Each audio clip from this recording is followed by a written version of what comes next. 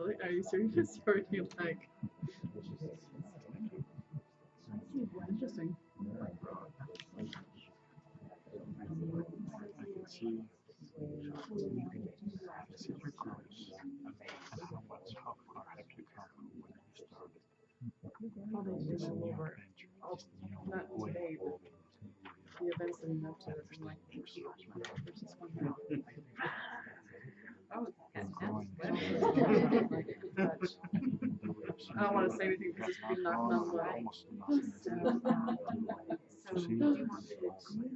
How should I do this? Wilbur, Okay, I'll shut up. You just Emily, My little version.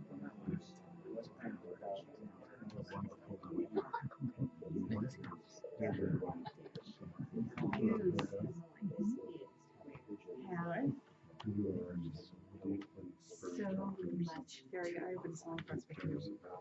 So you are growing. You're still the big, bright, amazing person you've always been, but now it's become A dynamo. more You don't even focused. know what's inside of you. And not just But your voice, you know, we know that it's being heard in voice so or huge light. and Oh my amazing gosh, and great. you are going to be a spokesperson. But so much more, You are going to be so much more clear, so much voice more. of something very, very important, representing a particular group of people. You're amazing. Might be a spiritual group. Mirror. It is always a pleasure. But you have something so important to share, and people. You're welcome, my Sorry. mirror. Oh, the ginger snaps. Starting correctly. Yes, so you're moving into leadership. What? I've got these pens on right now. Probably take them off in a little bit now. Oftentimes the elf takes care of things. Hey! I'm gonna fix that. Everybody really is important. Your arms are big enough to catch them. And you can encourage them. You remind me of a shepherd, but with the light shining on your soles. And the heart where you encourage people in a sweet place. Okay, wrap it up with the person you're on and have a seat. You're so welcome. I treat you with peace. I gotta say that I see that like light thing, not like one candle. Lighting thousands of candles. Wow. Fell swift. Yeah. Light. Let there be light. I love it. Thank you. So if you go back, Primarily.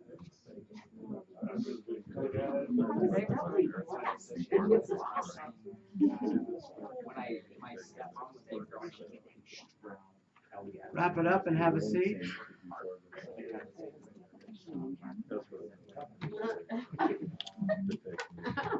So just so you know, in my world, it's just a card. It is the only time anybody's associated that with my last name. And that's the only time I ever heard that either. That's Clay's family.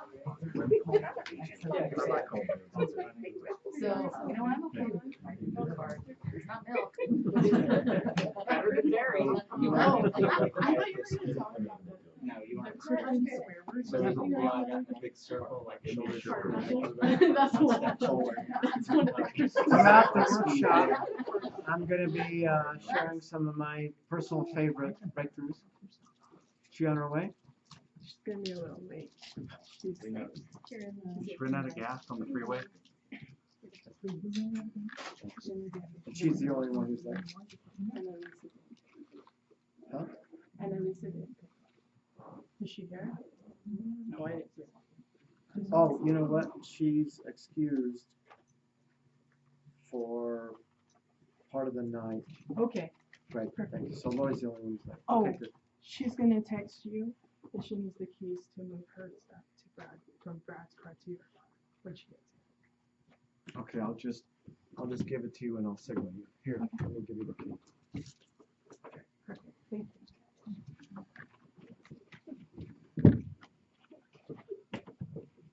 So, Laura's like me. She was always able to watch any master and just kind of replicate him by watching.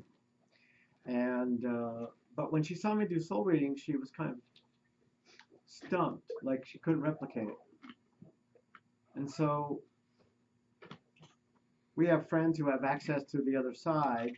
And so when Derek was in the womb, we got to talk to him while he's still in that realm and get to know him and all that kind of stuff. And at one point, Laura asked him, she goes, hey, how come Gary can do soul readings the way that he does? And he said, oh, Gary forgets that time up at the awakening when he pulled the negativity out of Sylvie. God stepped into him. And I went, I remember that. And he said he got to see through God's eyes. And something of that never left him. So, you know, we're doing kind of like a lava retreat, but back then it was called the Advanced Awakening. And my ex-wife Megan had been through a lot of energy work with the lady from the Berkeley Psychic Institute, you know, learning about how to fluff a mean aura and, you know, chakras and all that good stuff, you know. And so she would come home and share it with me, and I would kind of get it. And then during this awakening, there was a gal named Sylvie from Santa Fe who had some real negativity in her space. And Megan came up to me, she goes, Gary, there's a being in Sylvie's space that is so hideous that I've never seen anything like it. And I wasn't thinking, I was sort of in my right brain, I was, you know, and I was like a mother bear and like no being is going to mess with one of my babies, right? So I go over there and I have Sylvie stand up and I'm behind her and I have the guy playing her father stand up in front of her. And I just kind of look in the space to see the being and I got it. Why certain beings attach themselves to certain people. The being was Sylvie, evolved in the negative. It wasn't exactly her, it was a being that was very much like her. Like twin souls, but evolved in the negative. So whenever people have beings that are attached to them, it's because they're souls that are drawn to your specific energy. So I don't know how I did this. I was just facilitating, but I put one hand up to God and I put one hand on the being and I pulled it out of her and she slumped over. And of course, back in those days, I couldn't talk like I'm talking now. You know, everybody would have freaked out. So I pulled it out of her and I put it in a holding tank in space and then I brought in Jesus to start the healing. Well, after that, I'm running so much energy through me that like I knew I was a god and I could do anything. You know what I mean? I could, and I knew that I could take the whole room so high that we would all go to another realm, another domain, right? But I had to figure out how I could do it without freaking everybody out. So everybody's coming back from their breakthroughs and they're sitting there and they're waiting for me to say something. And I'm sitting in my chair and I'm trying to look and see, how am I going to do this without freaking everybody out? And I bet I sat there for 5 minutes and everybody's like, You were already freaked out. you know, today, Sergeant. So finally I can talk about initiation. That's a good context. I can talk about initiation and then they'll get it. So I talked about initiation and how they just learn how to do breakthroughs and what a powerful thing that is. And then I said, raise your hand and I'll come around and I'll initiate you. So people raise their hand. Now you have to understand that some of these people I had known for 15 or 20 years, right? So the moment I get out of my chair, God steps into me and Gary steps to the left. And God goes up to people and he'll take somebody's hands and I had them take their hands and I had them fold their hands like this. And then I just let God look at them. And when they actually surrendered, to being seen by God, then I anchored it in. And then I went to the next person. Well, every time I did a different person, the space, you know how the space gets at the awakening? And everybody got to this other place. It was amazing. That was definitely another ho-hum day in paradise.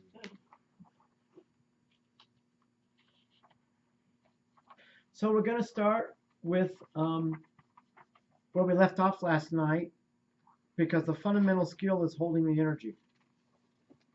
It's what makes a difference between an awakening leader and somebody who can't become an awakening leader. So I'm going to, again, in the context I told you last night about Jesus asking, who am I, and wanting to see what level of perception they come from. I have a new question, so I'll let people come up and speak to the question at whatever level of perception you're at. The question is, what can we do with the gift that we call inner work? What can we accomplish? Why are we here in this room together? Okay, so raise your hand. I'll have you come up. You had a turn last night, so I'm going to see if somebody else wants to. Jane, come on up.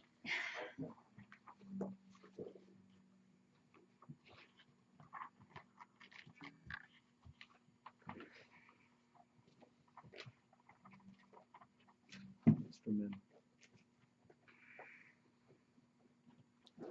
What can we do with the gift of inner work? What can we do? We are here together, and we have been together for thousands of years, and we will be together for thousands of years more. And what can we do? Who are we? Well, we are just magnificent, and we can heal the world. We have the gift, and we know that there's so much rage in this world, and we know that we just here together, we can release our rage in lava in a safe way. And we know that we can go back out into the world filled with good light, with God, with healing. And we know that people will see us. 30 seconds. And they will say, I want that. What is that? I want some of that. She is a safe woman. He is a safe man. I want that. And we can share this with the world. We can grow our gifts. We can learn from each other's strengths. And there is no weakness. We are perfect. We are good. Good job, acknowledge.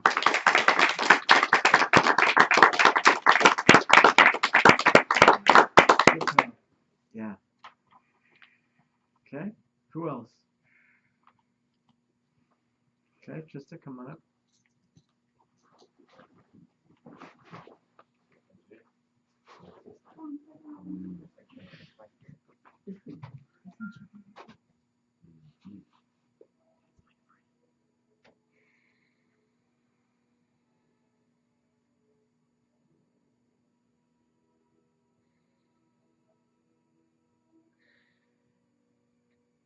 We are absolutely, each one of us is aware.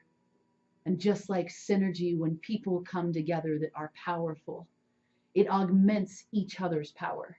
So not only am I powerful, but Mead is powerful. And we're 3 times as powerful, just him and I together. And with Richard, the 3 of us are 3 times as powerful as that. With all of us, we make a ripple effect that's bigger than this continent to remind people that there is love left in this world for everybody to feel, everybody to heal. For those people who don't know what tomorrow even looks like if they will be alive, they will know at least that they are loved for every moment that they are left on this earth, because we combine together to send that ripple of love out to every human being that's on this planet. Good job, acknowledge.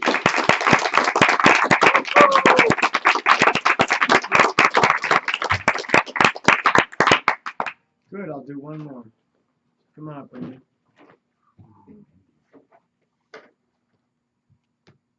Louder.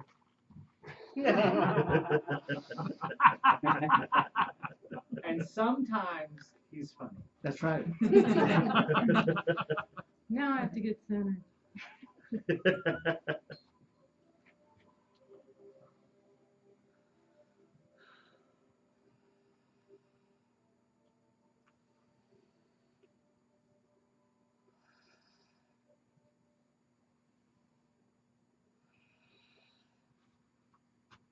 Ask yourselves, what is the power of inner work?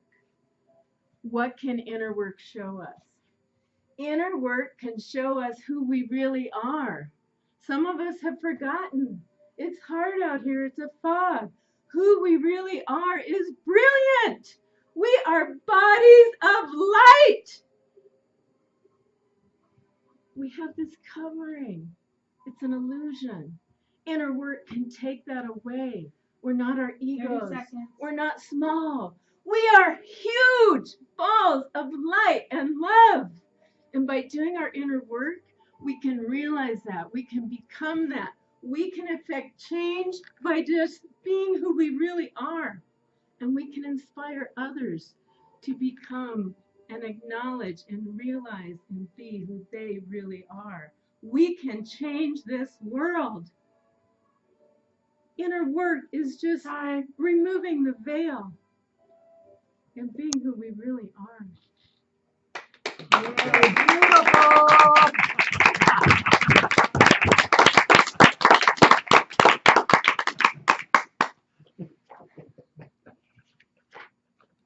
That loud enough? Yeah. Wait till you see yourself on Sunday. Okay, raise your hand and I will give a couple of fundamental dominoes or next steps to people. Okay? Okay, Trista, tell me the old way.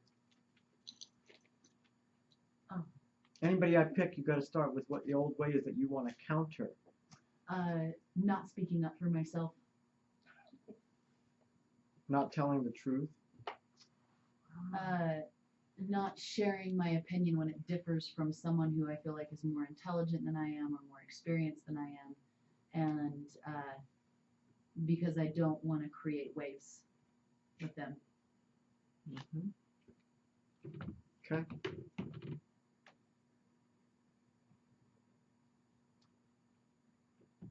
Do you have a tape inside about how you have to tone it down and squelch yourself a bit so that you're not too much and be, you know, that not threaten people and like that? Yeah. Okay. So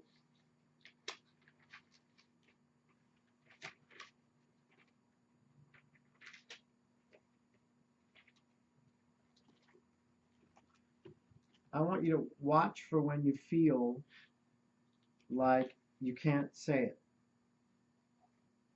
You know, like wait like a hunter for that moment.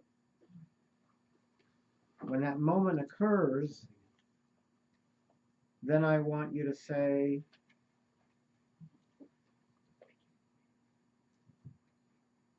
their first name, say so-and-so. I'm sorry, but sometimes I'm just better than you.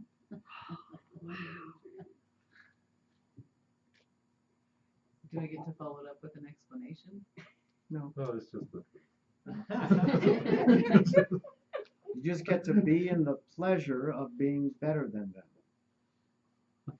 It's not judgment, you know. Some people are smarter, some people are not, some people are more talented at math, and you know, I'm an idiot at math, by the way. You know, like I should have flunked algebra 1, but my teacher felt so sorry for me.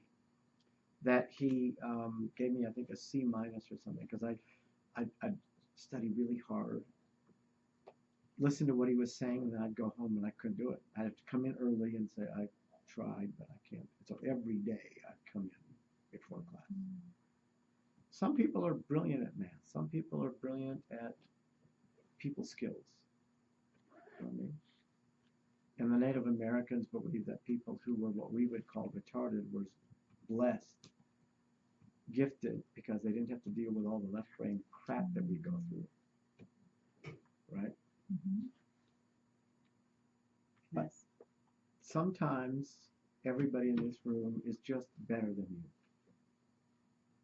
And, you know, the key to any change is you have to get enough desire that you really want to change. The second thing you need to do is you need to interrupt the old pattern. That's what a breakthrough is interrupting the old pattern. So when you feel the feeling of, you know, it's tough to say, then you need to interrupt that pattern. And you need to create positive associations with something that counters the old pattern. So sometimes I'm just better than you. It won't take long before that feels fun and good and enjoyable, and it will counter the old pattern. Okay, acknowledge.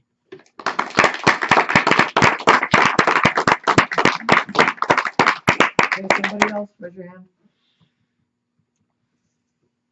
Okay, I need a name tag on KC.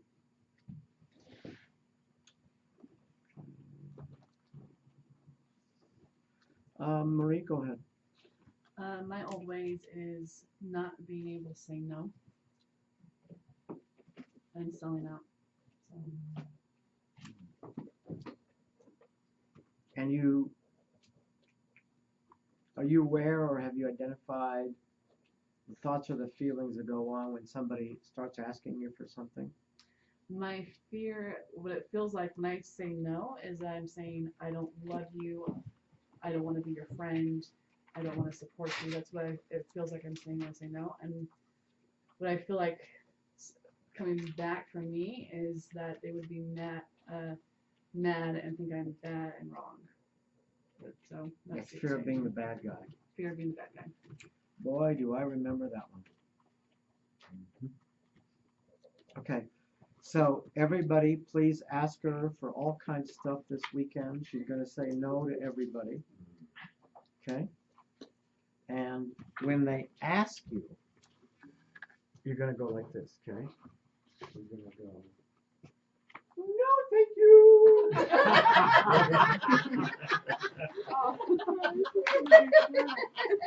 Marie, can you scratch my back? We'll wait for that one. I'll give you a good, nice little pinch a little later. Pinch me! I know, right? That didn't sound like no thank you. Do you understand that what I'm doing is I'm giving her something that changes her physiology? Understand that anytime you want to change your state of being, the way to do it is by using your physiology. Like a great interrupter for couples. Like one time, I was fighting with this old girlfriend. We were pretty serious, and we just got in a big fight. And I just said, I walked out in a huff and said, kiss my ass, and walked into the living room, and I got ready to lie down on the couch, you know. And pretty soon she comes around the corner, and I said, what are you doing? You know, kind of huffy. And she said, well, you told me to kiss your ass. So she kissed my ass, and we both just cracked up laughing, right? And of course the fight was over because she interrupted the state. Remember that every old way, every dysfunctional behavior, every problem that you have happens because you have a tape recording that goes to a emotional black hole and a negative association. And every time anything looks like that black hole gets triggered, you go into a tape loop. You go into a set of feelings and thoughts and behaviors. And all you have to do is interrupt the pattern.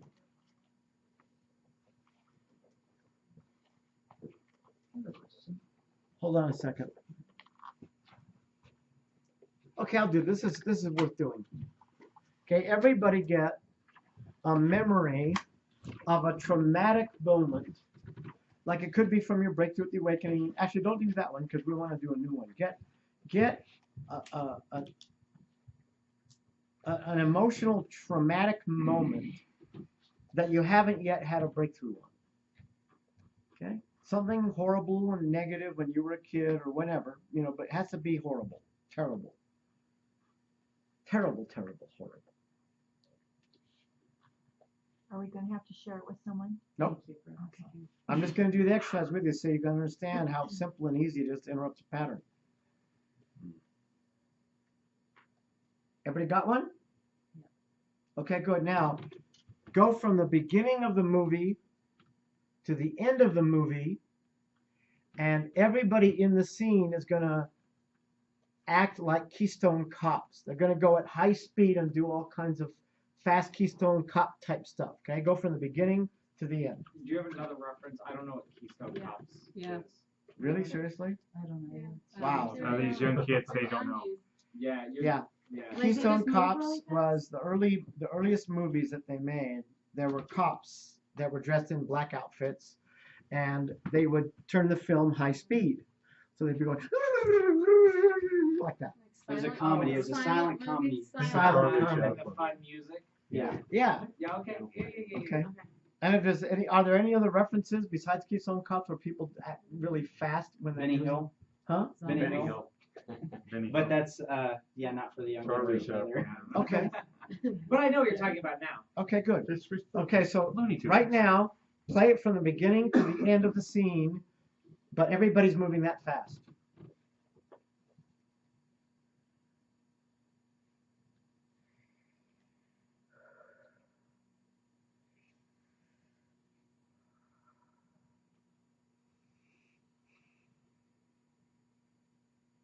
Okay, now from the end of the movie, I want you to play the same scene backwards, and everybody's still moving that fast.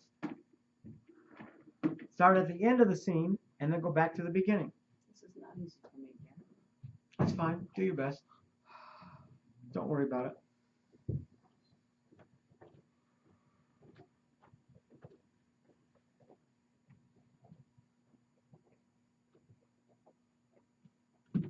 Okay. Now we're going to go from the beginning to the end, but this time, you know how you go into a circus and there's a mirror and you walk up to it and you look all weird and funny because you're like, okay, good. Now you're going to go from the beginning to the end, but everybody in the scene is going to look like that, like they've been in a circus mirror. Okay, go from the beginning to the end. Go. Are we still doing Keystone Cops? No, Regular. you're just doing regular speed, but they're all looking like they're in a circus mirror.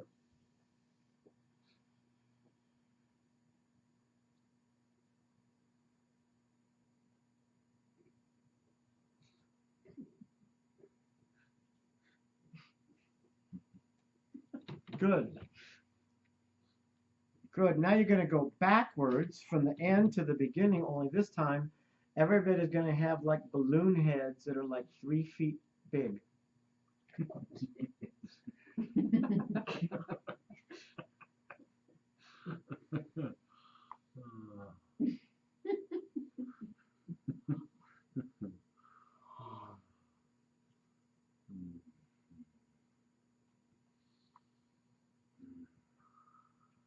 Good. Now that traumatic event simply, literally cannot have the effect it's always had on you because we literally reprogrammed it. Is it basically just like disassociating those people in that from that experience? Yeah, we just changed factors in it. And you cannot change any factors in it without it affecting the entire thing, especially the effect it has on you. Because your construct of the meaning of the original trauma was based on how you put that together. So what it meant to you, what it said about you, how horrible it made you, or how you felt, all that was completely in a construct. You can't move one part of the construct without affecting the whole construct. I learned about that kind of a process through an Anthony Robbins book that I read. I don't know which one it was, but I read about it there. And I started probably 6 months ago, after we would get in an argument, when I would go in my own space, I always would replay it. Like that's, it's like, I can't believe she said that, right? But I started replaying it in the Mickey Mouse voice. Yeah. And it was a completely different message. I'll tell you that. Yeah. And then the backwards thing, that was the biggest one for me, was playing it backwards with a silly voice. Then the sting is gone. And then it's just, you just kind of got to giggle at the end of it. So I never anchor in that bad argument, because within, 10 minutes of its peak state, it's been rewired with this spoofiness. That's right. So there's no sting there. So that's a good one. I love it. I want you to understand the power of what you just experienced.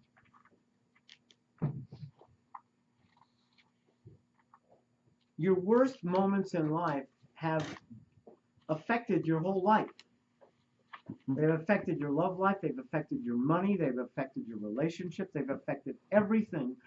And yet, they're all crap. They're all nonsense. They're just a story that you made up to interpret it the best way you thought it would serve you. And now you can just rewrite the story just like that.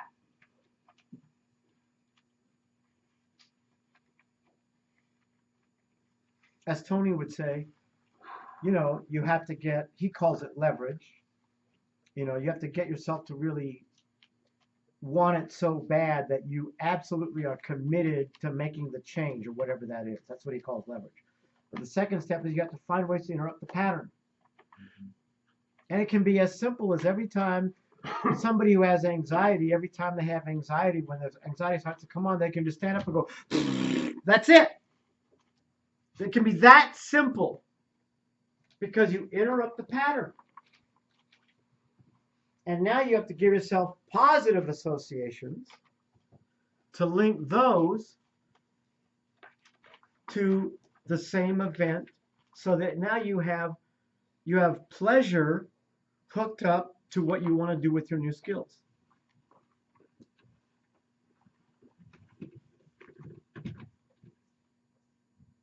I see this best with athletes, because I've had so many success stories with athletes, taking kids who are not even rated and having them win X Games, and so cute. One of my clients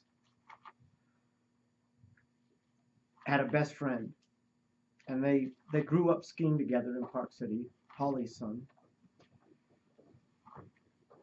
And they've always supported each other. Well, the Olympic trials were recently, and Alex missed it by 4/100ths of a second, or he would have gone to the Olympics. His best friend ended up taking gold. His other friend took silver. Can you imagine? Okay. And I did with him what I did with Buffy Davis. I just gave him, I asked Muffy, I said, okay, so best moment in your life skiing. Best moment of skiing. Oh, it was here. Good. Be in that moment. Slow motion it. Slow motion. Okay, good. When you get to the very best moment, freeze frame it. What do you notice? I'm in the zone. Ooh, that's great. Okay, good. Create a physical anchor.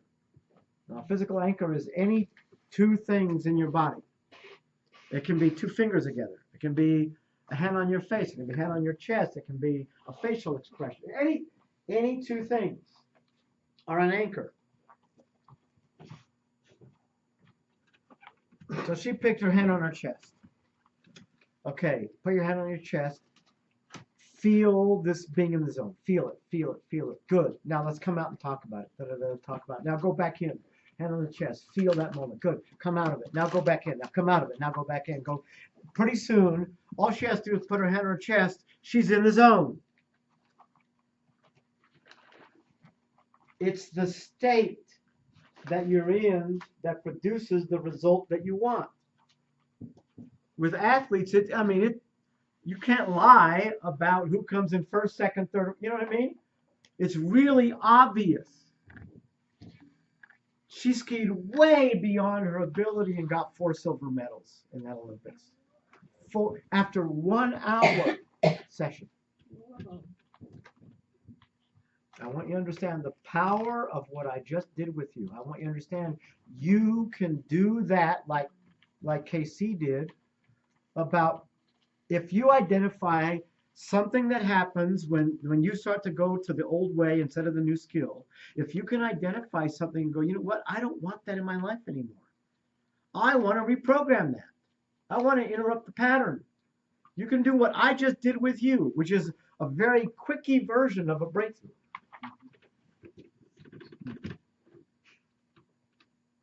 So last time I was here, Casey done that with me so that I could break my old habits. And I had to anchor it in 15 times a day for 30 days. So, and it has really helped. Excellent. Good job. Way to go.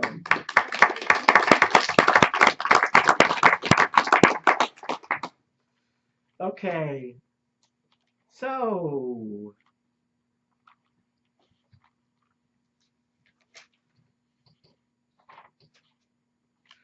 get out your notes. Oh, wait, I have a question. Yeah. So to change the old pattern, for instance, for me, I say, so-and-so, I am better than you. I'm sorry, sometimes I'm just better than you. Now, will it take away from it if they just stand there and then they're like, what? And if I explain what's happening after they're just like, oh, because it could potentially create a few messes in my life if I don't explain why I say You're only that. going to do it here. Oh, I'm thinking of people outside of here that I'm like, that could create some problems for me if I can't explain that, but I'm okay When with you're that. out in the world, Yeah. you can literally tell your friends that you're going to be doing this. Okay. And with the people that you don't tell, but you have that trigger come up, you can just think it in your mind's eye. Okay. Okay, thank you for that. And say it at 100% in your mind's eye. Yeah. Yeah. Yeah. Welcome to people like this and go.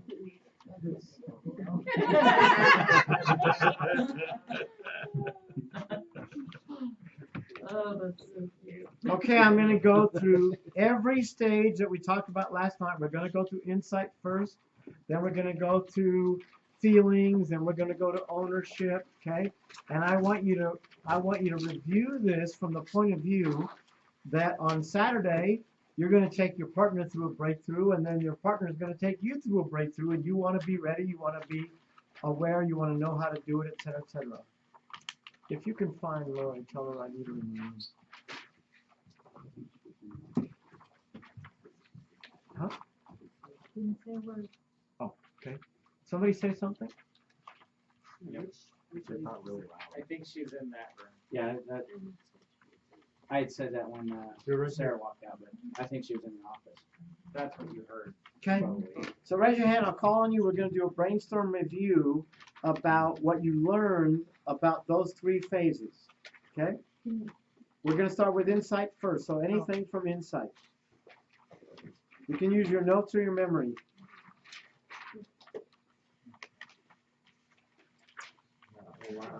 Ennis? The goal is to bring subconscious to conscious.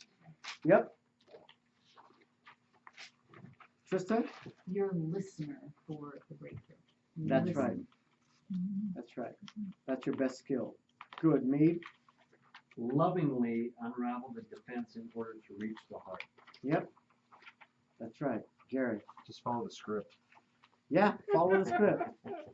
I mean, about 95% of the time, all you have to do is just read the script, and they have a breakthrough. Great, Emily. Listen to that come from. Yep. Listen to their come from. Good. And Don't go beyond their safety. yep. Right. And the good thing about being in lava is that I'm going to create the safety for you so that by the time we do the breakthroughs, your person that you're going to give a breakthrough to is going to be very ripe. So you won't have to do a lot of safety creating by that point. The best thing to do if they're stuck is to just trust your instinct. Yep. Yep. Or try different things. Yeah. And in this workshop, don't go too long before you ask for help. Like, I can't believe that even some of my breakthrough leaders from time to time will go like 45 minutes up at the awakening. And they're still having trouble getting them into their feelings, and they haven't sent somebody to get me. I mean, why are you struggling for 45 minutes before you get some help? Maybe they need a breakthrough on that. This next one that I'm gonna say, Lori, she said that like tell them that we're gonna play a right brain game. Is that kind of like NLP? Like, okay, now we're gonna play a right brain game to switch off their left brain, kind of? Is that NLP or no? No, but it's a really good suggestion. Okay. I mean, it's just a nice subconscious suggestion. Okay. Good, Dave, do me a favor. Check in my office and see if Lori's in there. Tell her I need her out here. Ennis? Negative experience is given a voice. The voice is the critical parent, and that goes to the core level pain. Yep. Does everybody understand what that means? No, can you not? Does everybody understand? Oh, never mind, Dave. She's here.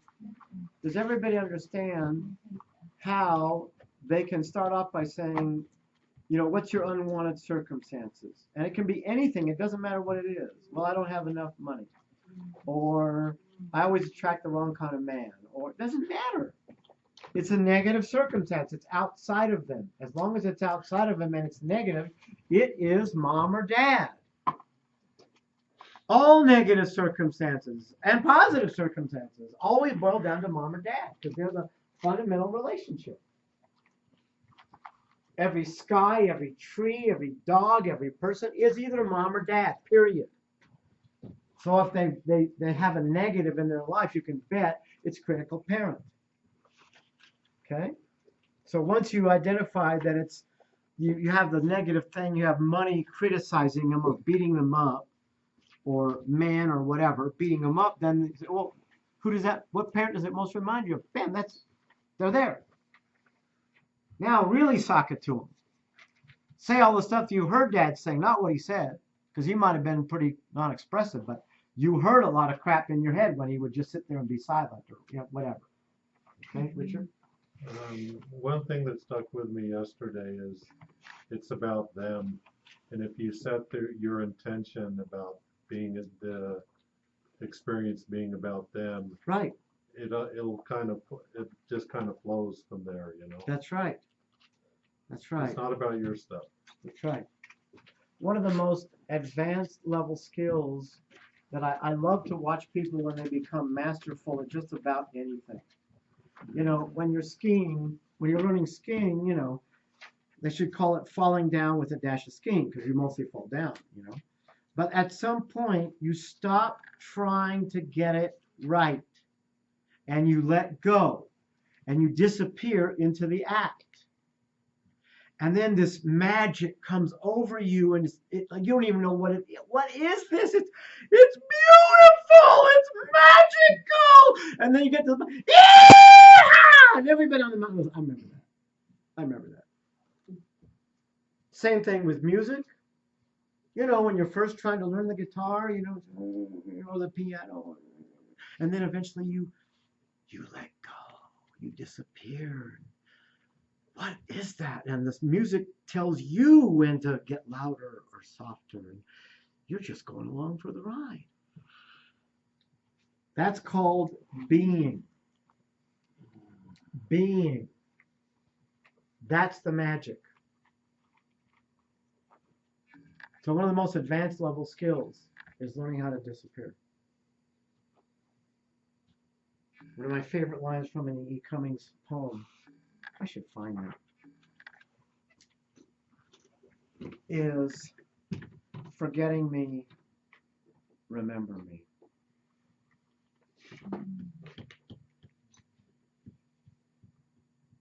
Okay, somebody else. Any other things from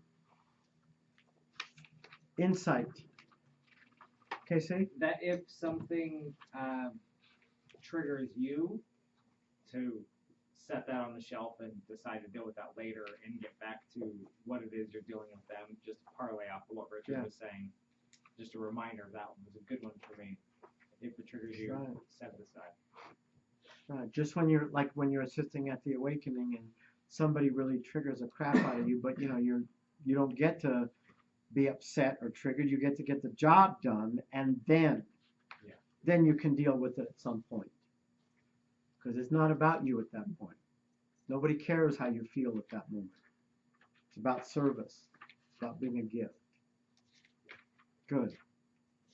Jane? You said something about when they're there and they're pointing at every chair where I am, that all of that is created by the black hole. All the perceptions, all the... That's right. That's right. Good. Okay, now, any questions before we leave phase 1? I have had a couple of people, and they totally can't go there if you say dad or mom. They just they will Have not they been associate through the it. awakening? No. Well, then It doesn't apply Duh. to breakthrough. It does apply to empowerment dialogue. But I guess, okay. well, sorry. wait. So you talking about doing an empowerment dialogue, and they have trouble with that? Yeah. Oh yeah. Well, every person who hasn't been through the awakening is going to have trouble when you try to link it to mom or dad. Okay. Yeah, you shouldn't even try to link it to mom and dad unless, empowerment dialogue, if you can identify it as critical parent or child, somebody who's been through inner work, that serves. But for most people in the public, you're not trying to identify mom or dad or critical parent and rebellious child. Who cares? It's just part of me and part of me. Like that. You just want to get them to get through the dialogue. You know what I mean? Great. Good job. Okay. Somebody else, acknowledge. Okay. Any other questions? Do you all feel like you're ready to do phase 1? Yeah. If you're not ready, ask questions. Get ready. What do you need to get ready? Tristan. Clarification question. So say like the upset is really involving them because I've identified that what I'm upset about, most of my upsetting dialogue is me. So when they do the judgment, do you go around and have them say that judgment to themselves, right? Wait a minute. No. Be in a people situation who They are their mistreating them. unwanted circumstance. Yes, they're Talking unwanted to them. My unwanted circumstance only involves me. Give me an example. This is gonna be good. Let's hear it. Come on, Really? Trista. Okay, I guess it doesn't involve just me. But okay, fine. We talked about this last night. You're okay with it? Well, I don't remember. I'm sorry. That's fine. I don't orgasm without a vibrator, and so sometimes when I'm in intimate situations, I would like to climax, but I don't, and I feel judgment on myself for not climaxing in that moment. I got it. So then you can just be the critical voice. There you go. You can just be the critical voice. So the critical voice to me, that's Yeah. what I'm saying. Like I Yeah. place judgment on myself. Right. Good. Thanks for sharing your knowledge. Yeah. Hey. A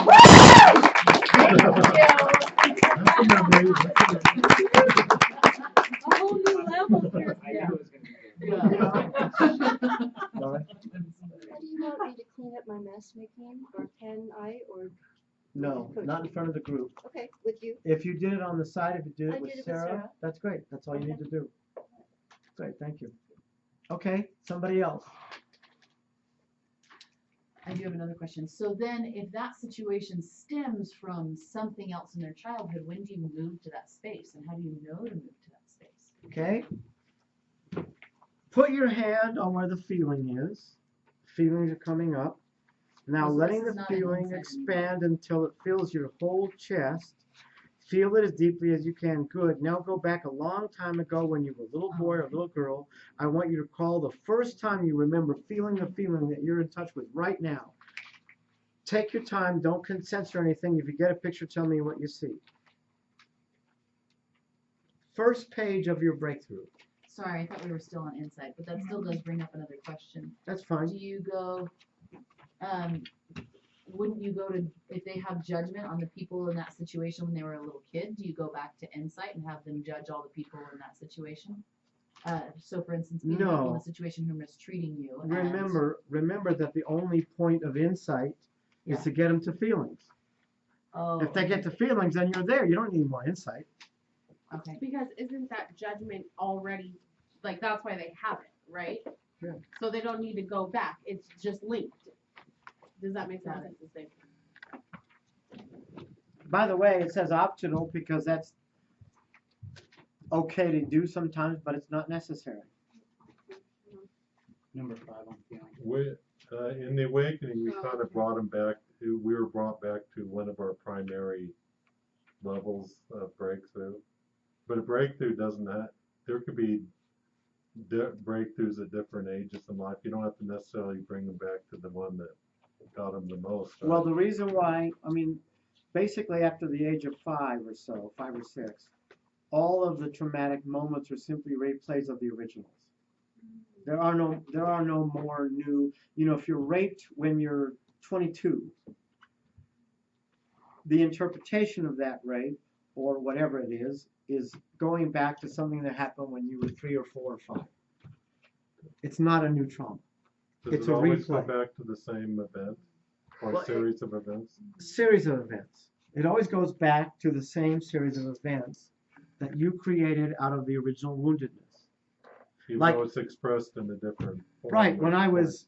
When I got beat up for being Mexican and I made up all this story about what was wrong with me, then because I changed my behavior so people wouldn't reject me and I became very nice, then every few years I would have another situation of bullies. And you all have been doing that your whole life. You keep recreating the same early trauma childhood experience every few years in your life. You literally recreate the same thing again and again and again and again and again. So that's interesting because I feel like from my childhood, I really only have 2, 3, maybe 4 memories that I can pull up before maybe the age of 10, 11. Is that, and the interesting one, the only reason this brings any insight at all is because the one where my dad got raided when I was a kid, and then I got raided as an adult. And in my breakthrough, I had a lot of insight about that. And I'm wondering, these other couple of memories that I do have, the one about my dad getting raided, it wasn't like a trigger thing. Like when I remembered it and told it to people, it wasn't a bad thing. It was, and it was affecting me in the way I brought it back into my life. It was, but when I told people about it, it didn't trigger me. I didn't feel bad when I talked about it. And I'm wondering if, like those other memories that I remember, I don't think about them and go, ooh, I don't want to think about that because it's painful. But if there's a reason why those are the only ones I remember, because the things that I'm doing in my life are all coming from those couple that I have. No. Is that no? Not that part. That part isn't true. Okay. Most of the things that drive your life come from memories that you don't remember. Isn't that why we do a breakthrough to go to the subconscious level?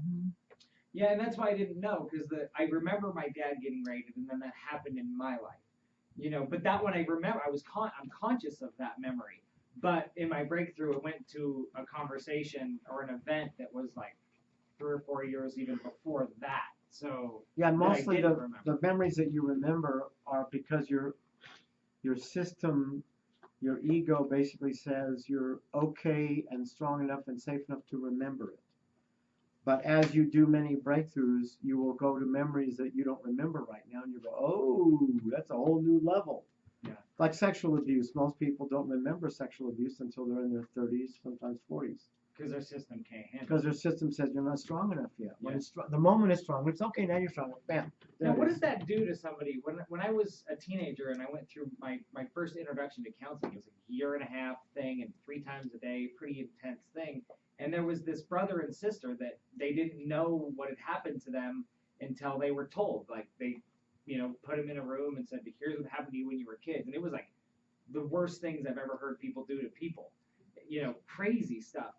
Like, how is that even beneficial to somebody? Like Actually, the current thinking is that it's a huge mistake for the counselor or parents to tell them what happened until they remember it themselves.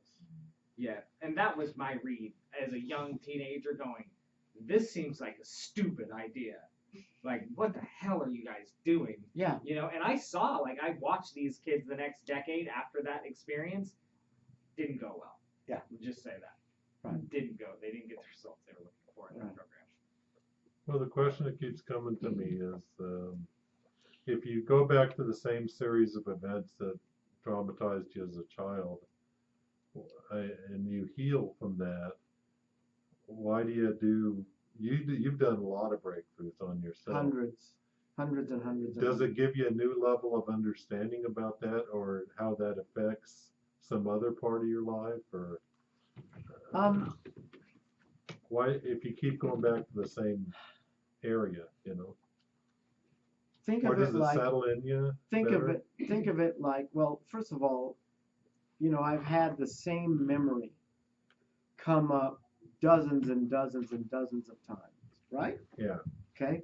But every single breakthrough was completely different. It's not the same breakthrough. So 3 dozen breakthroughs that happen to go back to the same memory is 3 dozen different breakthroughs. And they heal different neural pathways in your brain related to that original event. Because remember, what happens is you have an original event. And then as you go through life, you're out there looking for evidence of, that people are going to treat you like they did in that early event. So like for me, it was the bullies, right? So there's a situation where somebody could be bullying me. Oh, and here's another, and then now I'm creating, because I'm so nice, I'm creating situations where people can bully me. So it's like saying that as you go through various breakthroughs, you're literally healing a lot of different aspects of things that come from those series of events. Okay, so it's different expressions of of that in your life. Yeah. Okay, good. Yeah. Carlos? When we went through my breakthrough, I did remember the first time that I sold out when I was a child, when my parents got me. Well, when my parents punished me for doing something that I thought it was nice. But after that, I had, in the days after or months after, I came up with some memories that are really great memories or pleasant great memories. Does that have something to do with remembering that? Does it open up some type of door, gate, or something like that? Maybe, I don't know, but that makes sense. That would make sense. Sometimes people block out like their whole childhood, or things like that. Like a whole like I can't remember anything before this age, or from this age to this age is nothing, right? And because the system is saying that's too scary to handle right now, we're going to skip that part. You know what I mean? It's just protecting you. So sometimes if you open a door, it goes, oh, here's some more memories. Good, Marie. So what I was hearing before with the conversation about the same with Richard is so you have the same memory that you've done a dozen breakthroughs on. What I'm hearing is don't be discouraged if you're not getting the result that you want with one breakthrough with that memory. Just keep going, and it'll keep addressing stuff, and then finally you'll get the result that you want. Mm-hmm. Okay. I remember one day my ex-wife Megan came home and she was like, guess what? I've had 11 breakthroughs and they've all been about my dad, but today it was about my mom. She was so happy. So you can do it on both a different parent too. you'll always have breakthroughs about both. Okay. You just sometimes need to work on one for a while because that's what's up. I got you. Okay, feelings. Get your memory and your notes out and raise your hand, I'll call on you. Okay, Emily. I have let go and let God. Mhm. Good job. Neat. A breakthrough is not about feelings, it's about making a new choice and a new commitment. Yes. The only reason I was adamant about that is because people mostly misinterpret. And what that means is they think, oh, well, my person didn't ever get to feelings, so he didn't really have a breakthrough. Well, he might not have, but I want to take that away from you. I want you to know that it's not, the point of it isn't the feelings. The feelings are incredibly important and useful, but that's not the point. The point is like ownership and a new choice. You know? Good. Trista. Rage is power, untapped personal power. Yep. And rage is selling out on the existential level. Yes. Yes. In the same way that an awakening is, untapped power, rage is even a deeper level of that. Marie.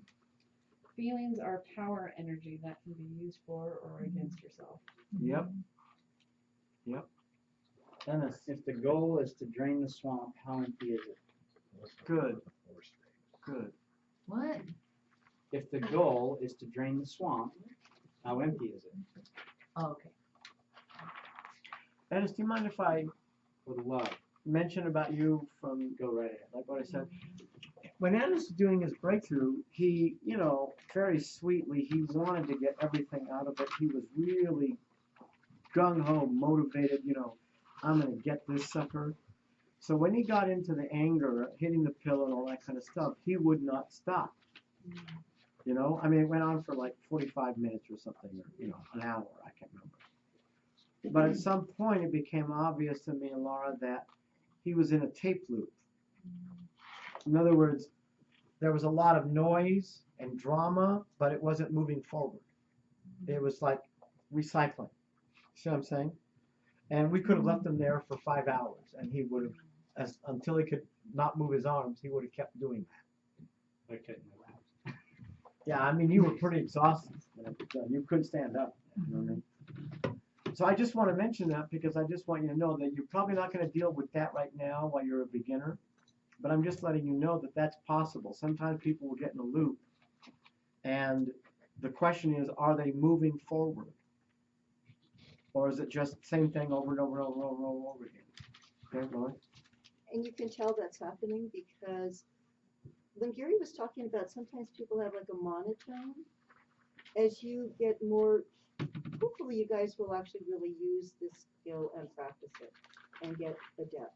Because as you do more of it, you will start to be able to read different information, like facial expressions, body language, tone of voice.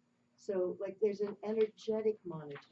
Yeah. So when somebody gets into a loop, what they're doing is they hit a certain plateau and they're just replaying it and replaying it. You can start to sense, oh, wait a second, there's no inflection. There's no crescendo, decrescendo. Yeah. There's just this like flatlining. And if you start to sense that, then you change it up. That's what Gary was saying, like you have them whisper or yell. And typically what you do is you contradict their pattern. So if their pattern is to be loud all the time, you have them be quiet. Yeah. And get really still. Right. And feel. Or if they're really, really quiet and they hardly can come out, you get bigger. And so you start to read people's energies and you can start to help them change it up. And that will lead them to the break from the loop. That leads me into something I want to mention. When I was a new facilitator, I thought that the space would just go up and up and up and up and up and up and up. So I'd get them high as a kite the first day, and then the next morning they'd come in kind of like, am I supposed to be high? And I'd be like, why are they so down? And I didn't understand. Energy goes in waves, right? Same thing with the breakthrough. Same thing with feelings. New facilitators often make the mistake of thinking that once they get into the feelings, they're supposed to go bow, bow, bow, bow, bow, bow, bow, bow, bow until they get done. No, no, no, no, no, no, no. It goes up and then it goes down. And then it goes up and then it goes down. So they might have a ton of feeling and then some whimpering. And then it will build back up into some more feeling, and then it may be some big feeling, and then it goes down again. You see what I'm saying? It goes in waves. And you want to go with the wave. You want to follow the wave. You don't want to push them. You want to go with the wave.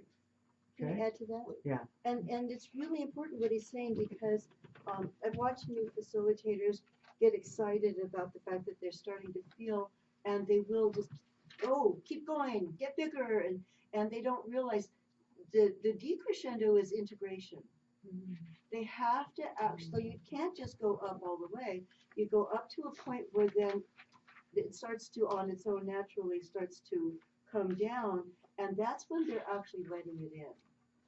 So that's equally important to the release. Then there's the landing.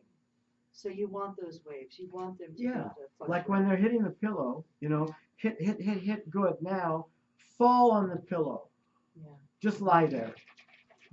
And often, as they're lying there and it starts to go in, that's when they'll have a whole other level of sadness and, you know, feeling and tears, you know, because it really integrates. It hits them.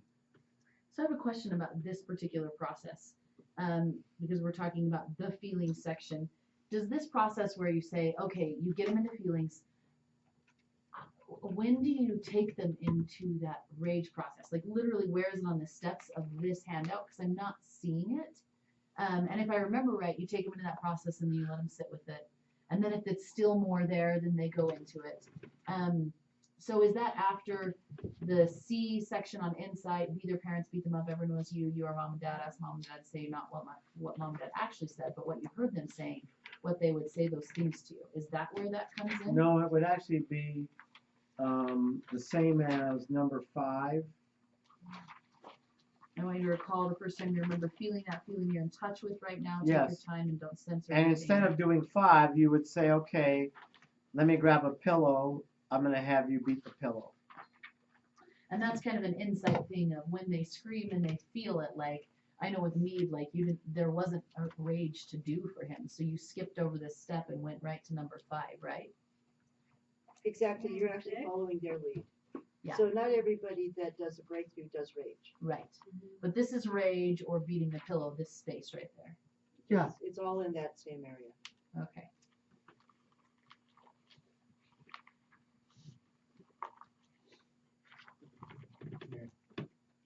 Or you can slap them and just say, hey, don't go where you're going. Follow the script. So, since like the breakthroughs are stemmed back to a handful of memories or experiences, is your declaration going to end up being the same a lot of times? No. Okay. Declarations are almost always different because it depends on the breakthrough. And breakthroughs are almost always different. You'll notice that a lot of the declarations will have themes, but they'll usually be a slight bit different here and there. Like you'll notice if you've only had one breakthrough since the awakening, you'll notice that the declaration of love is usually different than the one you had at the awakening. Okay. But it means so much because it's to this breakthrough. Okay, any other questions about feelings? KC. So I just want to clarify what Trista was just saying. The rage process on the feelings thing would per the script going between 4 and 5. Yep. Okay. Thank you. Yep. Wendy? So, how does a breakthrough leader really tell if the participant needs to do the rage? The pillow? Yeah. Like if they, There's not a formula to it. It's mostly intuition, but it's kind of like it would never hurt to hit the pillow. right. It can't hurt. To see what Okay to do it. Right. see what's gonna come out. Yeah, often in front of the room, I won't do it because it's just not necessary. It would be cool, it would be good, but usually the first person in front of the room is so ripe and ready that they can just zip through it. And sometimes I do. Sometimes I'll just say, okay, let's do some pillow. And Wendy, you'll watch them. They will be the indication. Right. So if somebody has a lot of anger, it's going to surface. Right. And if they don't, if it's not really there, that's not the place, like they might go right to sadness. Because the anger is to get to sadness. The point of hitting the pillow is to help them to get to their hurt. And a lot of people are so barricaded from their hurt that anger is an easier emotion to get to. But I don't hardly ever. The second aspect of hitting the pillow is that it helps them to own their power. Yeah. In other words, in this event, they felt powerless. They felt devastated. They felt destroyed. So hitting the pillow is like, I don't have to take it anymore, and this is my life, and and you can even tell them, okay, now that you're done with the anger and resentment, I want you to anchor in your power. I want you to say, I'm a strong person, I'm a good person, and that helps to anchor in the power, which basically the more power they own, the more they'll be able to do the rest of the breakthrough in a really smooth way because they're now in charge. I have a question on that. Yeah. So a lot of times I actually have a different formula I do. Sometimes I'm a little leery of somebody hurting their neck or their back, especially if they're a little bit older or out of shape. Yeah. And so I'll actually have them lay on their back and just do a tantrum. Yeah. Where they're just completely, in fact, what we call that is igniting. It's where they're flailing out of control. That's the goal, to completely release at such a depth of level, cellular level, that they're not even in mind at all. They're just completely, wildly releasing. And that helps to shift their state really deeply. But what you just said about owning their power, that's interesting to me because I hadn't really stopped and gotten that. My philosophy on that so far anyway is that every physical movement is different. Yeah. So like, for example, when they sit in chairs, they get different things in their brain than when they lie on the floor or when they're standing up. Like some things I want them to stand up because it's a different access to the brain. So whether it's flailing, which is a great substitute for somebody that you're nervous about who can't hurt their neck, whatever it's but it's not the same as the pillow. Yeah, no, I get it. And so there could be 5 or 6 different positions, like kicking, Yeah, good. that would all have a different effect. See, and the And so I might do both. Yeah, that's great. If they're young enough to do both. Yeah. And the tantruming, actually, most people, well, I don't know, this is my thought, they didn't get to have their no. A lot of times people think when a 2-year-old is starting to say no, they're actually being defiant. They're actually defining self. No, not me, me. No, not me, me. And sometimes parents are insecure enough to actually fight with their 2-year-old over, you're going to do what I said. Instead of realizing they're actually sabotaging that little self-defining. So tantruming for me is about go back and get that little one. Go get that self. Yeah. But I like the idea of maybe doing both. That's good. Well, if they're young enough or cautious enough. Emily. When you have them, when you anchor in like the power, how you said power, would you have them say something like I am power or like I am a powerful person? Like what is it, I am like power, or is it I am a powerful person, or does it matter? Either way, but I think that I am power is more powerful. Okay. Like one time as a 4-year-old, one of my peak experiences of my whole life was I was in the alley and there were these Santa Ana winds and there were these tumbleweeds and they would hit the alley and then they'd come down the alley. And so I got all my 4-year-old friends and I said, let's go get our big winter coats on and let's do like Superman with the tumbleweed. So we all got our big heavy winter coats on and we stood there. Here it comes, here it comes, here comes a tumbleweed, and it would bounce off our chest and yeah, like that, you know. And I remember I was so high that I spontaneously yelled out what I knew. And I said, I am the wind, right? And I knew that I was the wind. I was the power of the wind, okay? So as I would tell that story for many years, I would say, isn't it cute that 4-year-olds actually believe that they are the wind, right? So one day I'm going to go on a dolphin trip out in the ocean, and I'm at Disneyland in Florida, right? And there was this place where there's like 5 floors in a big circle. And I'm on the dance floor. And all of a sudden I start remembering that moment. And I start dancing that moment. And I suddenly got it. 4-year-olds don't believe they're the wind. They are the wind, you know, and they know it, right? Sad that we ever lose that knowing, that knowledge. So I started dancing like I was the wind, right? And all of a sudden my friend said, Gare, what? Look up. And I look up and the whole 5 floors is staring at me, you know what I mean? Because I'm just rocking it. Because you were helping them to remember that moment of right, being the wind. right, when they knew that they were the wind, right. Okay, who else on feelings? Richard. You taught me something when I was going through my breakthrough, that when you're going through a breakthrough, you don't release the expectation that it's supposed to be a certain way. Yeah. Because I was the 4th one to go, so I seen 3 of them. Yeah. Right. And I had to let go and say, just experience the feelings and not have it be a certain way. Yeah. Just let go of any pictures of how it should look. Yeah. Because I remember that voice very clearly when you said that. I remember my dad was very cute because he came up to me before his breakthrough and he had a pad and he says, okay, I think it's about this moment in my life and it's about this and that this probably played a part of it. You know, he had it all mapped out, right? And I said, Dad, you know, just hold that thought. You know, just be open because it might go all over the place and it might not even look like this. Because I knew it wouldn't. You know? Very cute. Okay, Ennis. 2 choices. Deal with them effectively or act them out. Yep, that's the only choices you ever have with feelings. You either deal with them effectively or you act them out.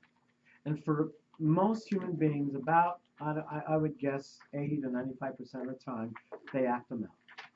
Because very few people ever learn about moving their emotional energy or how to deal with it effectively.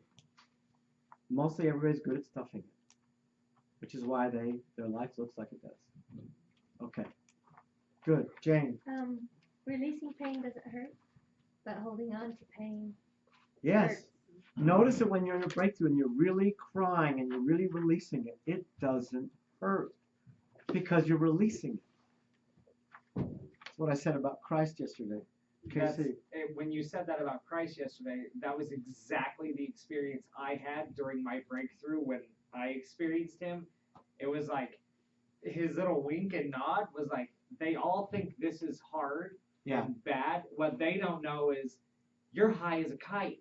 Like, this is like bliss, you know? Right. And it's like, but whatever. They're going to think what they're going to think. Let them think it. You know, like, it's just so funny because it's such a misconception, you know, about what we, you know, it's like Jesus sacrificed and poor guy, you know, and it was like he was as blessed as he could be because he knew the implications of what was going on here. So that's right. It's just funny, and he's just like, hey, they're gonna think what they're gonna think, but whatever, enjoy it. That's right. Good job, Wendy. So the pendulum theory about feelings is the deeper we can go into our feelings, the more we can feel the right answer from our parents. That's right. And feelings are like electricity to take us to clarity. That's right. That's right. That's good. And the more you can feel the negative, the more you can feel the positive. Good, Leslie. So, I mean, Lori talked a little bit on the layers of feeling, you know, healing anger before you feel hurt, and you went over the layers where they're still there. So when we go through this with our partner, how many layers do we take them through? Do we take them through First of all all, there's no work involved because you're not actually going to take them through whatever. That's just how they are. So when you go into a breakthrough, you're going to get down to here. You're going to go through all the layers and get down to here. In other words, that's what a breakthrough is. You can't help it. If you're going to take them through a breakthrough, you're going to get down to the bottom. So from anger to selling out. Yeah, self-betrayal. But it's not a logical thing. It's not like you're going to take them through that. Right. You're going to basically do your script, release and surrender, and it's going to happen. It's like saying that at that moment, you're just a voice for God. You're the song You're an singing, instrument. the singer, the dance dancing, the dancer. Yeah. Right. Voice for the sacred. Emily. Now, does it happen? I mean, like, does it always happen in those layers? No. Like first comes, or can they just go from one to like all the way down? You can go. Okay. Yep. So it's not like, okay, anger, good. Okay, now do hurt. Okay. Doing good. Right on track. It's definitely not a left brain. Stick with the script. My motto has always been, why take the easy road when I can fight tooth and nail, scream and kick all the way? Why take the 3-hour birth when I can take the 30-hour birth? I've already done that once. Okay, any questions about ownership?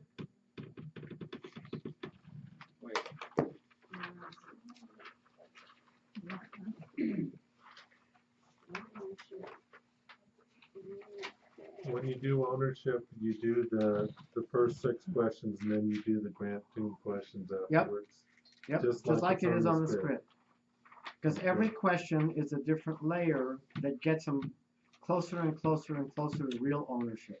So everything that's on this page is a script. Yeah, it'd be good to do everything on that page. Yeah. Actually, this script is not the advanced script. This is the beginner script. This is the advanced script. And we don't want to even give you this one until you get this down. Okay. Okay? And Richard, it doesn't matter how long I've been doing breakthroughs, I always read those. They're so close to each other, and they're slightly worded just a little bit different in each little segment. So it's really important, I find, to actually really follow the script right there, no matter how well versed you become. So the script is powerful in itself. It's Well, well chosen words Yes. that get to where they need to get to. Yeah, and I just do verbatim right there.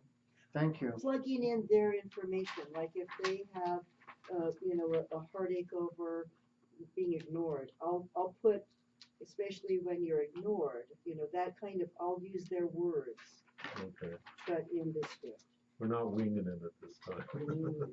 Casey. So at what point during the feelings phase do you know that it's time for some ownership? Because if you watch carefully, you'll notice that they're like, ah! And then it's, ah! And then, I'm done. I remember in mine, I could tell. It was like, whoop, it was gone. Yeah. Just like, and something that you'll notice I do in front of the room that I think every new facilitator should do is check in with them.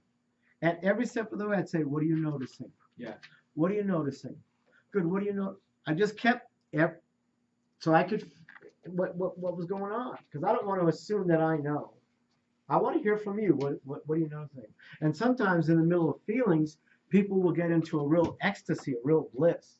Like here they are in this deep pain, all of a sudden they're like, I see this light, and it's beautiful, and I'm having such a good time. Great. Go with that. Okay, good. Yeah. Don't you love how animated he is? It's part of the program. It's so I good. do. It's a Gary show. So I have something about ownership, but then I have a question as well. Without ownership, there can be no change. Yep. And then on the I equals parents and me equals child, when you're doing the beating the pillow and stuff, and you say, I'm powerful, would you want to put that in a me statement because it's the child that you're You trying could. So how would you put that in a me statement? Be powerful. I mean, Yeah, would you say you could me say me powerful? powerful, or you could say who is powerful? Me. Okay. Who is powerful? Me. Hit the pillow on the me. Okay. Right. When you ask them the part where it says, I'm not going to tell you, mom and dad, I'll just go so far away you'll never find me, can they list a lot of non-working behaviors? And then do you want to pinpoint one? I just No, but want they them to can just- list as many as they can. Okay, list as many as they can. Good, Laura? I just want to add to the question that Casey asked about how do you know when they're done. Yeah. That the one, like Casey, you won't have to worry about this because Emily's gonna get done pretty easily. She's really good at going to feelings. But some people will have to worry about this, and that is you guys have whatever time limit Gary sets. If it's 3 hours, if it's 3.5 hours. There are people who I have worked on before for 6 to 7 hours, literally, so that they could be done. Now, you guys have 3 hours. 2.5. So, or 2.5, however long he gives. So you need to be looking at the entire script. And if you are getting to where you're going, oh my gosh, I'm not going to have time to finish, then you may have to just go ahead and move on, whether they're finished or not, because you have a time limit. And again, I want to say, do not spend too much time before you ask for help. And because this is training, like you guys are in training, this is just you kind of getting to practice, getting your feel for it. So it's not going to be the deepest, most profound breakthrough. Actually, sometimes it is the most powerful breakthrough, and sometimes it's even more powerful than the awakening breakthrough. But don't get caught up in You that. can't predict that. Your question you had a while ago, I didn't hear all of it. Oh, number 3 on ownership. Uh-huh. In the short packet says, I'm not going to tell you, I'll just blank. And I asked, do you have them list one non-working behavior or more than one? Oh, okay. And Gary Okay. said list as many, Many as they you can. can. Because they're owning, I'm going to rebel, I'm going to get thrown in jail, they can list a whole bunch of good stuff, and that's good for them to own. That they created that. And you don't want them to go into story about it though, right? Like, okay, I did this one time and this is what it looked like. You just want them to bottom line the behavior. Yep. And this is going to be the same or a different non-working behavior as what you started with in the inside. That's their opposite. These are different behaviors because they're just simply saying, rather than express my feelings, I did a lot of rebellious crap to try to get my message through to you. Okay. But these are all usually different. Okay. Yeah. Wendy. Because I have a question. It's ownership, but my question is at the end of feelings, it says, pick someone to play your parent. Is this where the parent has its back? Their back to the, so all the ownership, they're talking to someone who has their back, their parent is on the floor in front of them. Yeah, although with you guys, you're not going to have any extra parents around, so you're going to just role play. Right, so we're talking. Yeah, yeah. Maybe like a chair or something. Yes. But usually there's somebody there with their Right. back. Okay, thanks. Well, at the awakening there is, but not usually on breakthrough. Oh, If I'm okay, doing a got it. breakthrough on somebody, it's usually me and them. Okay, so it could be a chair. Yeah. Superimpose your parents there. You go. Okay, I get it. Be a stuffed animal. Okay, I want you to, Casey, last question, and then I'm going to have you I'm pair sorry, up each other. it's actually for the new skills section. Okay, Oh, I have a I'll come question back to about it. this section. Okay, I want you to get a partner and share with your partner anything that you're noticing or discovering about your ability to actually do this script. Go.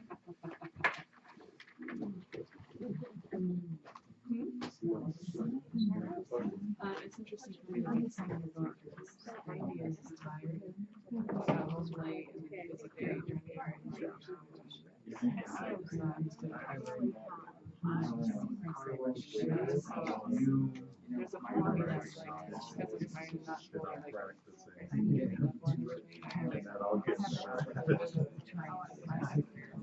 don't know what you're doing.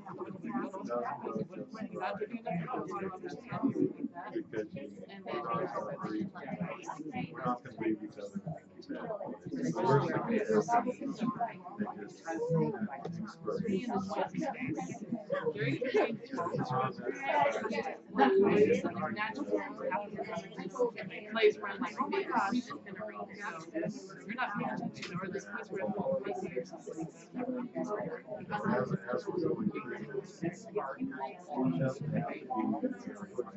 have to be whatever it is. As you're going through whatever I go and I feel like it's going to have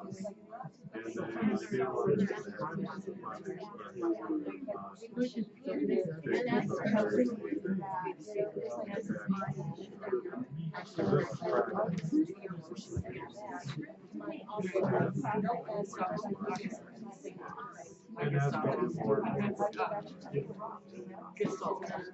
so I open the back now.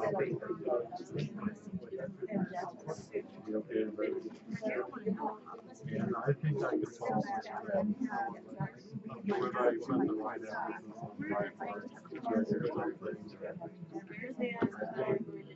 my intention was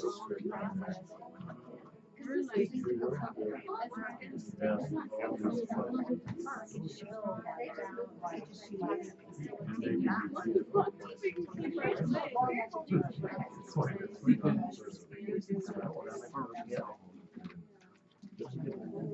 I have a little how well I don't care. Because my intention is to give it practice.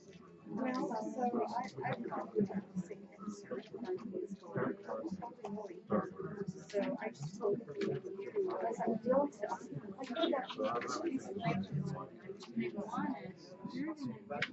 I'm glad I'm doing it. So how do you feel about all of this? My partners. I'm not doing it.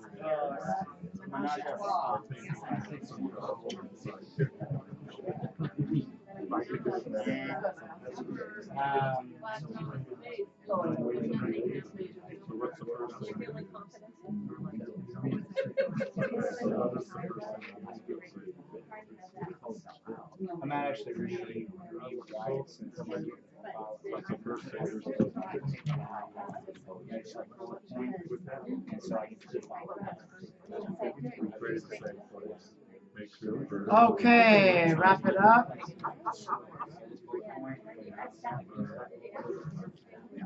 What do we do during this? We're trying to get them to see what they're doing.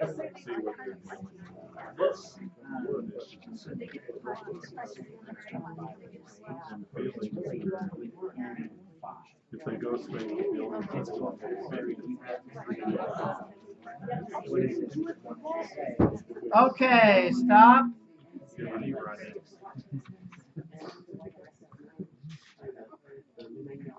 Okay, now we're going to talk about the Declaration for Invincibility, or new skills. And historically, new skills would be represented by things like NLP, neuro-linguistic programming, and other technologies that aim to take a powerful experience and then translate it into daily living. And what I want to say about that is that new skills basically represent the threshold of inner work or transformation. It's uncharted territory, and this is where the innovations are going to show up. Because the challenge is, how do we take a profound experience and translate it into something that we actually apply and integrate in our daily lives? Okay? And I believe one of the best things that we've learned about that is called conditioning. That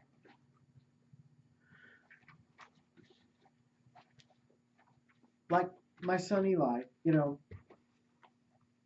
most people associate pain with working out or exercise. Even though they might be overweight, they want to lose some weight, whatever. But it's like, oh no, I gotta go exercise. But as you do something consistently and you get the support to do it consistently, it changes, it transforms. So Eli loves to work out. He lives to work out. That's his play at the end of the day. And the guys he works with who are working hard outside doing construction, different things, they think he's nuts. After a long day, you're going to go work out? So conditioning, doing something every day consistently until it transforms your experience, is a good example of that. Now let me teach you about the declaration. The first sentence is, especially when you never give somebody a declaration where they say, especially when I. Never. Because the original event, the traumatic experience, was experienced as you. It was either dad or mom or something outside of me. So they have to look at it like when the outer world does something that affects me, then the second sentence, I, do the thing that I didn't do in my original trauma. If I didn't speak up, then I speak up. If I collapse, then I show up, or whatever. It's exactly what they didn't do in the original event. The third sentence is, I will always love you or I will never let you go, which is unconditional love. And I believe that the reason why unconditional love is the most powerful force on the planet is because it's the only thing that is more powerful than any fear or any doubt or any invalidation.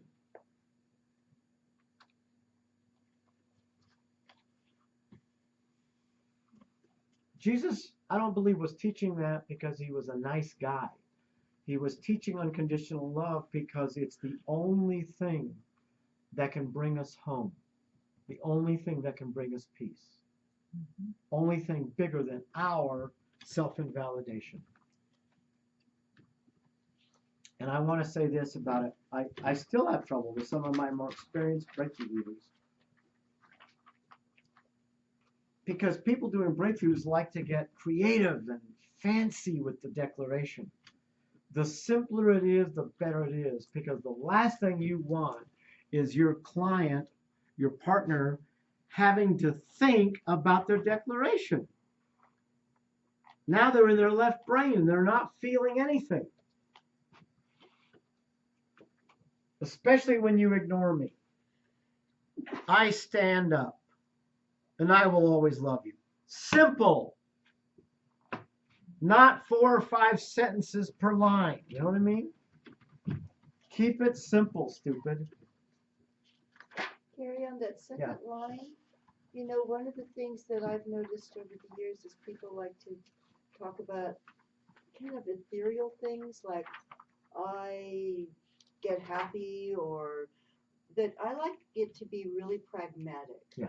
Like an actual action that is measurable. Yes. So I stand up for myself. Right. I speak up. I speak louder. Yeah. Something they can actually recognize. And that they know they're when they're doing it. Because I get happy. It's like, well, how do you measure that? Yeah. I mean, you can, but okay, made my point. Yeah. It's not happy enough to be happy, but I'm okay. What did you say about conditioning? Until you what? Until you do something consistently every day, long enough to transform the experience, the odds are that you're going to do it short term, and then it will go back to the same thing. Got it. So conditioning, the consistency in conditioning is what changes it. Yep. Okay. It's what integrates. I mean, think about it. Yeah. The only things you've ever learned in your life are those things you did conscious repetition on until it was second nature. Right. How to tie your shoes, how to drive. You know what I mean? Yeah. You made a lot of mistakes when you were driving until you did it consistently, and now you don't even think about it. Half the time you don't even know who drove the car when you get there. That's right. Or where you went. Right. Right. And I want to say it again because I don't think I can say it enough. Because your breakthrough is about core level moments in your life, and a declaration is the culmination of that breakthrough. Basically, that's why this sentence is true. The quality of your life for the rest of your life will depend on your ability to translate that declaration into daily life. It's quite common that I get emails or letters or something from somebody who suddenly realized after like 10 years how incredibly important that declaration was. Okay. Casey? I was gonna say the awakening this year, when I was clearing the assistants, there was so much magic that happened, and it's because of this. It's because of this structure.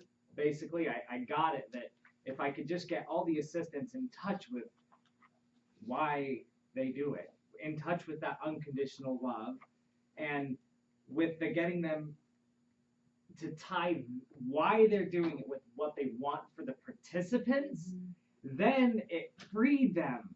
Like, that was the magic thing that happened, was when it was like, okay, great, this is why you do it, and what do you want for them? Then when they summarized all of that into one word, that the simplicity of that, that's what made the magic. And then it was easy. Great. So now think of a new skill that will offset some old way that you have. I didn't even ask them about it. I don't care. You're an assistant to the awakening. You can figure this out on the fly, right? And they figured out a new skill. Now, how many times do we do that today? You know, so it was tying all that in together from their words, and we operated beyond those considerations, and magic happened. And it was all because of that exact structure of anchoring it all in. And it was like mini 5-minute breakthroughs. It was really neat. Do you want to try something? Sure. Stand up. Now, remember what Lori said about listening? It's all listening, right? So if you were listening to KC, how would you give him something that would ignite and catapult the experience he's describing right now? I just want you to ask yourself that question while I do it, okay? Okay, so stand very powerfully. Good. Good. Another level of power in your stance. Good.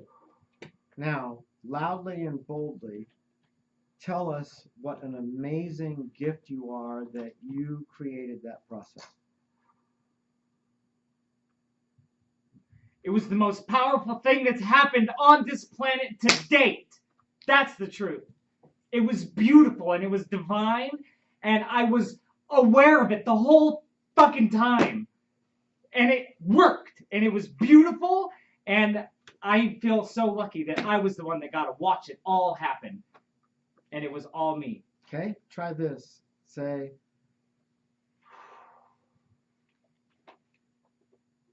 I made this.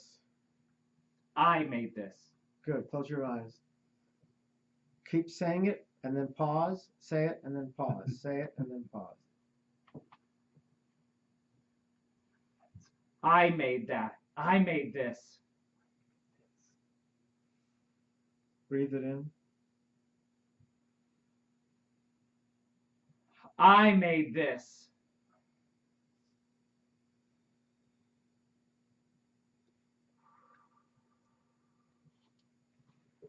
I made this. Good. Describe the little boy KC that was magical enough to create this. KC is so damn proud and happy and full of joy and excited and just like this. Yes. Feel that. Let it in. Now whisper it. I made this. That's it. Let it in.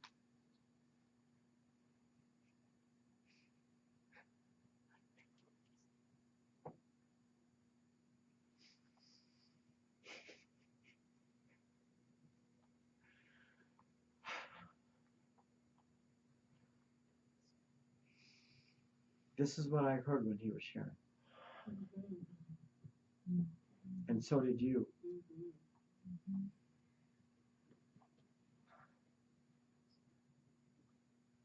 Good job, acknowledge it.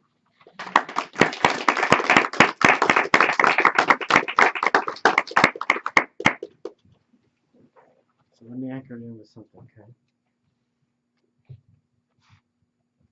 That's the person who loves keeping his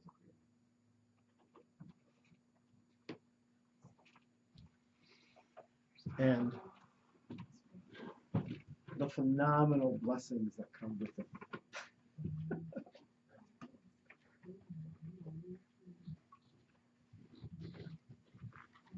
Now I want you to notice the 6 or 7 things I did with him, because I was just demonstrating what happens in a breakthrough. I listened. I changed his physiology. I had him stand up even more powerfully. Then I had him describe something that he was saying about how proud he was. But he kept saying it without including me in the picture. So I said, have it be about me. And then he did that.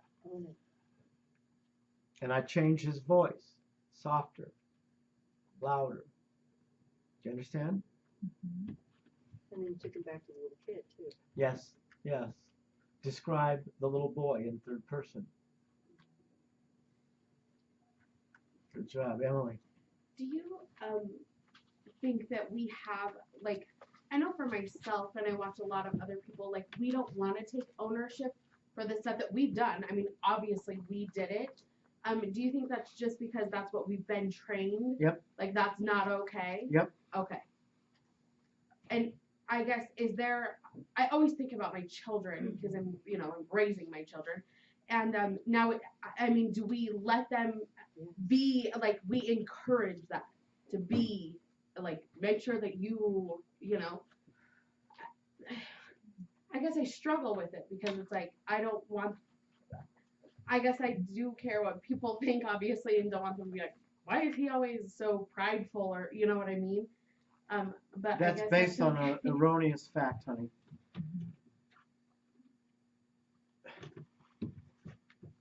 Laura, who's the best mom I've ever seen, Janet cannot do anything. And now the kids follow suit. Where they're going, oh, that is so smart. That is, So if you want to raise a truly solid, secure, confident child who is humble, you let them have permission. Okay. To celebrate being alive. Look what I did. Look, I did that. That's going to become a hugely beautiful, humble, giving child. Right. Because, I mean, we just watched it where he couldn't even known it. And it was, it's, yeah. Yeah, all of us have trouble with that, Laura. I just want to add to that. I think that my kids in general are really pretty confident and they achieve a lot. And one of the big things that I do from the time that they're little is anything. I mean, if he puts A and B together, if he puts a puzzle together, no matter what it is constant praise. And I mean, he'll be doing something and we'll be driving along and I'll go, oh my goodness, I can't believe you managed to do that. And he'll say, what are you gonna do with a boy as smart as me? I just don't know. And then when they have little failings, that kind of thing, I generally ignore it. I generally, well, that's okay. Well, and we just move on. But every success I brag about to anyone I can brag about to in front of them. If I'm talking to family, I mean, you can't walk up to a teacher in the hallway and start bragging. You have to pick who you're going to brag to. But in front of my parents, I just brag about them constantly. And if there's something I know that they want to feel better about, I brag about that.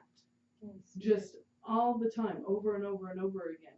And they learn really quickly as they socialize with other kids that you don't necessarily go out and say, hey, I'm 12 years old and I'm doing calculus, and oh, you can barely do algebra? They learn really quickly that you don't talk like that. I mean, just socially, you catch on to being humble, but it builds their self-esteem to the point that they feel good about who they are, and they believe they can accomplish anything, which makes that statement true. Can you do that with me from now on? Brag about everything. You know, the people who struggle with ego are the ones who feel insecure. And basically, ego is simply an indirect way of saying, I'm proud. Right, okay. That's all it is. Okay, now I'm going to move on. Sorry, Carlos, you can talk to me on the sidelines. No problem. I'm going to mention a little bit about Milton Erickson, and then we are done for the night. Oh, we're not going to have a break? We're just going to be done? We're going to be done. Wow.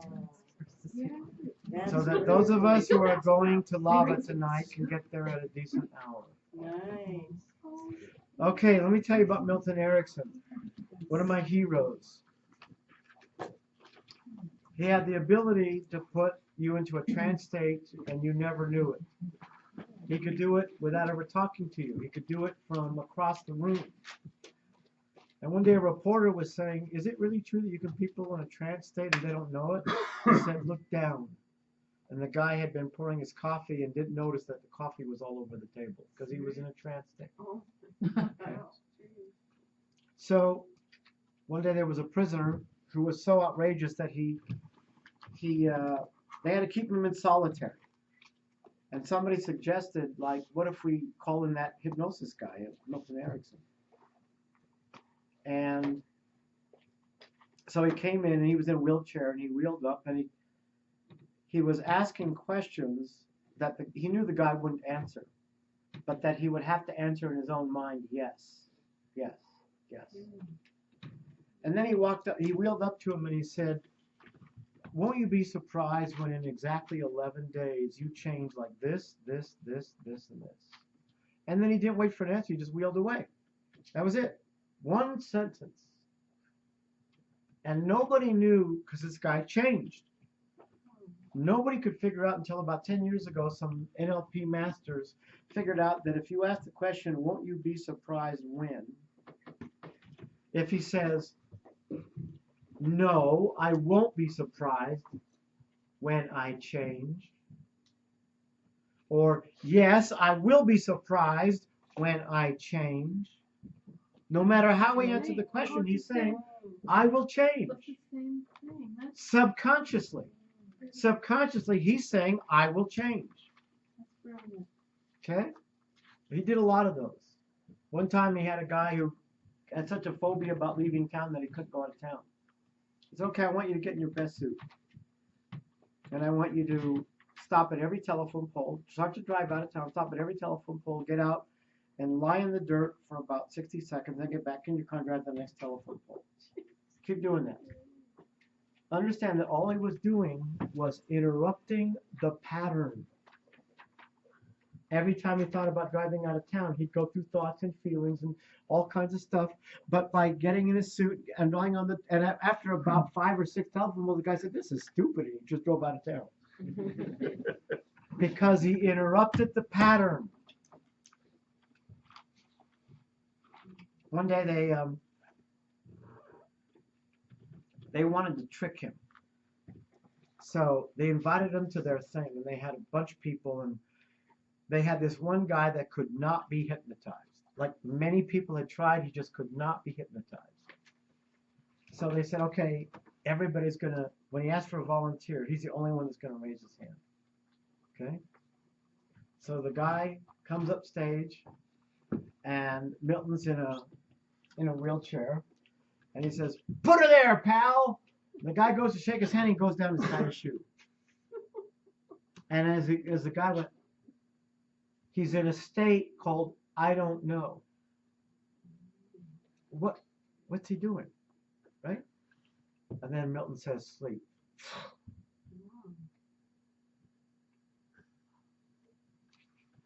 One of the best things you can do when you're starting to get anxiety, whatever it is interrupt the pattern.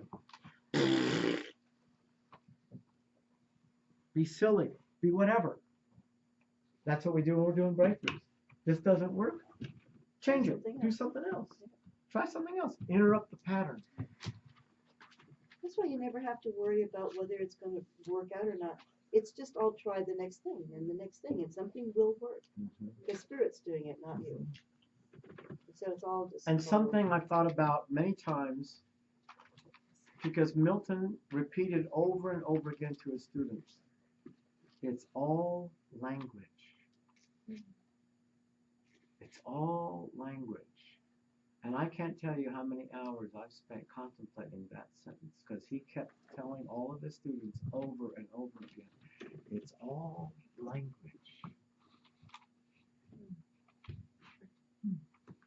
But the person has to want to change.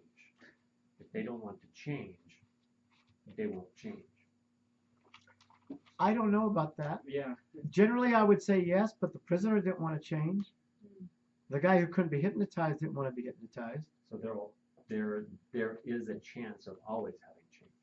I believe so. Gary, who were his mentors? That's a good question. I'd like to look that up. Let's do that. I don't know. I mean, there's a whole branch of hypnotherapy called Ericksonian hypnotherapy. Yeah. And a zillion books and, you know. Because that's what Dad did, right? Yeah. Yeah. Interrupting the pattern, is that this?